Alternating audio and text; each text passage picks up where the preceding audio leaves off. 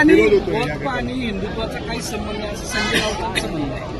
मला असं वाटतं की ते खूप मोठे नेते आहेत, त्यांच्यावरती बोलणं कितपत योग्य माहीत नाही. पण संजय राऊत बोलतात म्हणजे फार काय त्याच्यात गांभीर्याने घेण्याची आवश्यकता आहे. अण्णा त्याचवेळी दीनानाथ मंगेशकर हॉस्पिटलमध्ये अजून सुद्धा जे अहवाल आलेला नाहीये. दुसरीकडे त्यांनी काल जर आपण बघितलं तर त्यांनी सांगितलं की इमर्जन्सी पेशंटकडून आम्ही ऍडव्हान्स पैसे घेणार नाही. या घटनेकडे तुम्ही सगळीकडे कसं पाहता खासदार काय मुळामध्ये समाजातल्या प्रत्येक स्तरातून झालेल्या घटनेचा निषेधच झालाय.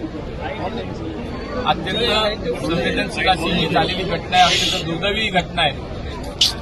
आणि त्यामुळे माननीय मुख्यमंत्र्यांनी तातडीनं याच्या चौकशीचे आदेश दिले.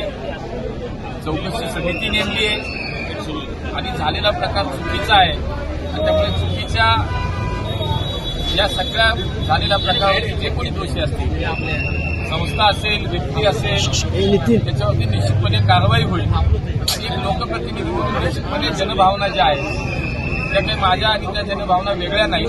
हे स्वाभाविकपणे म्हणून झालेला प्रकार हा दुर्दैव आहे.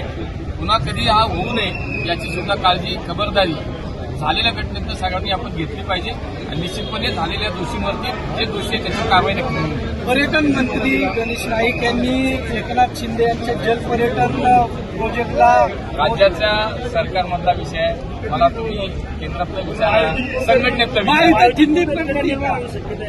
महायुती नाही. महायुती बघतो मी, काही चिंता करू नका.